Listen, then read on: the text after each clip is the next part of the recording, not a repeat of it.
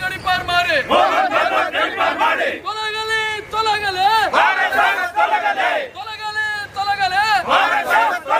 ಪಾಕಿಸ್ತಾನದ ಪ್ರೇಮಿ ಮೋಹನ್ ಭಾಗವತ್ಗೆ, ಪಾಕಿಸ್ತಾನದ ಏಜೆಂಟ್ ಮೋಹನ್ ಭಾಗವತ್ಗೆ, ಪಾಕಿಸ್ತಾನ ನಮ್ಮ ಮಿತ್ರ ರಾಷ್ಟ್ರ ಮೋಹನ್ ಭಾಗವತ್ಗೆ, ಭಯೋತ್ಪಾದಕರ ಪ್ರೇಮಿ ಮೋಹನ್ ಭಾಗವತ್ಗೆ, ಪಾಕಿಸ್ತಾನದ ಏಜೆಂಟ್ ಮೋಹನ್ ಭಾಗವತ್ಗೆ,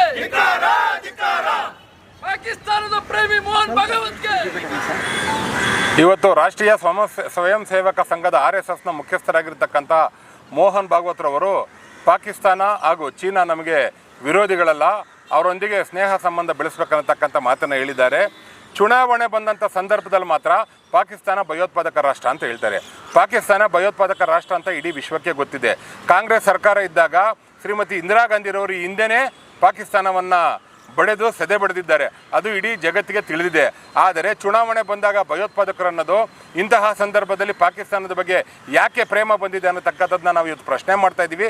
ಈಗಾಗಲೇ RSSನ ಜಗದಾಳೆ ಅವರು ಸಹ BJPಯ ವಕ್ತಾರರಾಗಿ ಹಾಗೂ ಪಾಕಿಸ್ತಾನದ ಹೈಕಮಿಷನರ್ನ ಶ್ರೀಲಂಕಾದಲ್ಲಿ ಭೇಟಿ ಮಾಡಿದರು.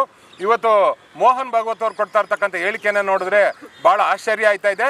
ಅದೇ ಕಾಂಗ್ರೆಸ್ ಅವರು ಯಾರಾದರೂ ಪಾಕಿಸ್ತಾನದ ಮೇಲೆ ಯುದ್ಧ ಬೇಡ, ಶಾಂತಿಯಿಂದ ಮಾತುಕತೆ ಆಗಲಿ, ಪಾಕಿಸ್ತಾನಕ್ಕೆ ನಾವು ಬುದ್ಧಿ ಕಲಿಸೋಣ ಅಂತ ಹೇಳಿದ್ರೆ ಅವ್ರನ್ನ ಪಾಕಿಸ್ತಾನದ ಏಜೆಂಟ್ಗಳು ಅಂತಾರೆ, ದೇಶದ್ರೋಹಿಗಳು ಅಂತಾರೆ. ಇವತ್ತು ಮೋಹನ್ ಭಾಗವತ್ನ ಏನು ಅಂತ ಹೇಳಬೇಕಂತ BJP ಹೇಳಬೇಕು. ಇವತ್ತು ಯಾಕೆ ಇವರು ಈ ರೀತಿ ಹೇಳಿಕೆ ಕೊಡ್ತಾ ಇದ್ದಾರಂತೆ, ದೇಶದ ಯುವಕರು ಇವತ್ತು ನೀಟ್ ಪರೀಕ್ಷೆ ವಿರುದ್ಧ ದಂಗೆ ಎದ್ದಿದ್ದಾರೆ, ನರೇಂದ್ರ ಮೋದಿ ವಿರುದ್ಧ ಪ್ರತಿಭಟನೆ ಮಾಡಿಸ್ತಾ ಇದ್ದಾರೆ. ಅಮಿತ್ ಶಾ ಇವತ್ತು ನರೇಂದ್ರ ಮೋದಿ ಇಬ್ಬರು ಲೋಕಸಭೆಗೆ ಬರದೆ ಇವತ್ತು ಪಲಾಯನ ಮಾಡ್ತಾ ಇದ್ದಾರೆ. ಆದ್ದರಿಂದ ವಿರೋಧ ಪಕ್ಷದ ನಾಯಕರಾಗಿರತಕ್ಕಂಥ ರಾಹುಲ್ ಗಾಂಧಿರವರ ಪ್ರಶ್ನೆಗೆ ಉತ್ತರ ಕೊಡದಿರತಕ್ಕಂಥ ಶಕ್ತಿಹೀನ ಸರ್ಕಾರ ಇವತ್ತು ಕೇಂದ್ರ BJP ಸರ್ಕಾರ.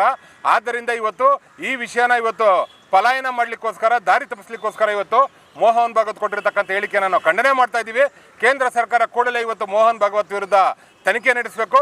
ಪಾಕಿಸ್ತಾನದ ಮೇಲೆ ಇವರಿಗೆ ಯಾಕೆ ಇಷ್ಟೊಂದು ವ್ಯಾಮೋಹ ಪ್ರೀತಿ ಬರ್ತಾ ಇದೆ ಅನ್ನತಕ್ಕಂಥದ್ದನ್ನ ಬಹಿರಂಗಪಡಿಸಬೇಕಂತ ಈ ಪ್ರತಿಭಟನೆ ಮೂಲಕ ಆಗ್ರಹಪಡಿಸ್ತಾ ಇದ್ದೀವಿ.